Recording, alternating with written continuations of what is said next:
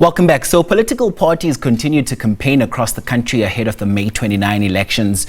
We look at some of the plans that smaller parties outlined in their election manifestos. We are now joined by the leader of the Africa Restoration Alliance, Dr. Jerome Swartz. Thank you so much for your time, Dr. Swartz. So as you continue to campaign, what plans have you been sharing with South Africans thus far?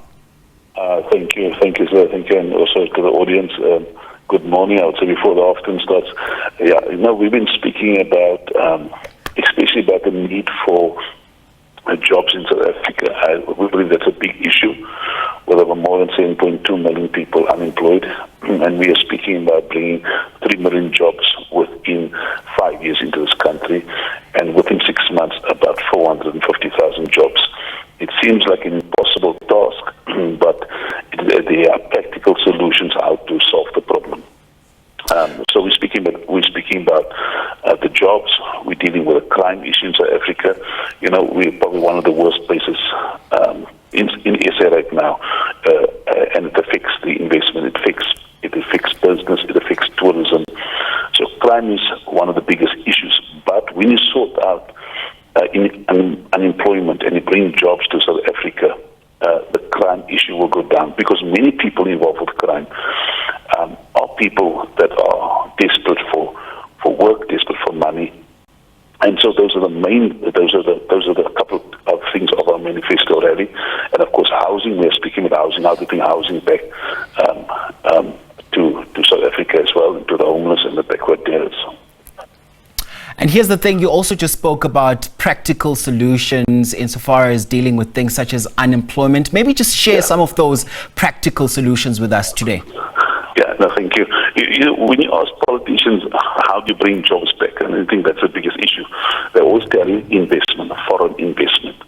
One of the practical solutions right now is that you need business in South Africa.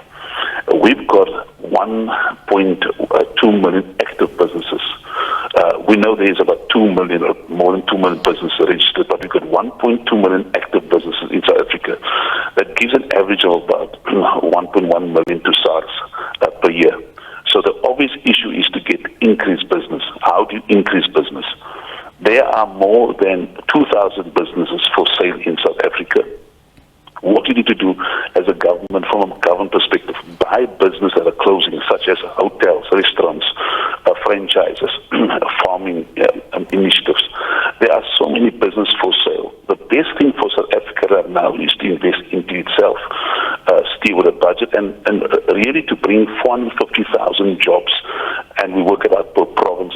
In some provinces, like Northwest, you'll allocate probably about 150,000 jobs. And you work it out proportionately. So the plan is there. It's a practical plan, and it only will cost South Africa 3.2 billion. So that is one of the practical solutions. The next one you have to do, you've got to get mining, deal with your mines.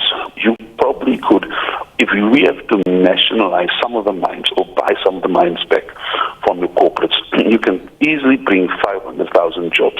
That is 300,000 jobs in the mines, and of course 200,000 in the processing, the processing factor.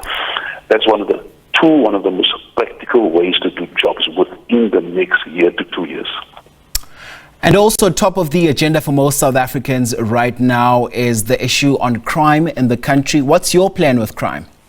Crime is, it is a block system. You got to enforce the POCA Act, which is actually very practical. It's there already, especially gangsterism, notorious crime issues. But the bottom line is that if you take a step back, and maybe I appreciate you asking that question, when you take a step back, the issue is that the leaders of South Africa right now do not have the guts, do not have the tenacity. I even want to use the word balls. They don't have the balls to deal with crime, to face head on, and especially from the top leadership right down. I mean, the top leadership right now are criminals as well. So you've got to be tough about it, and we will be absolutely 150% tough on crime. That's the quickest way to do it. Okay, so that was Dr. Jerome Swartz of the ARA. He's the party leader there, and pardon for that language there.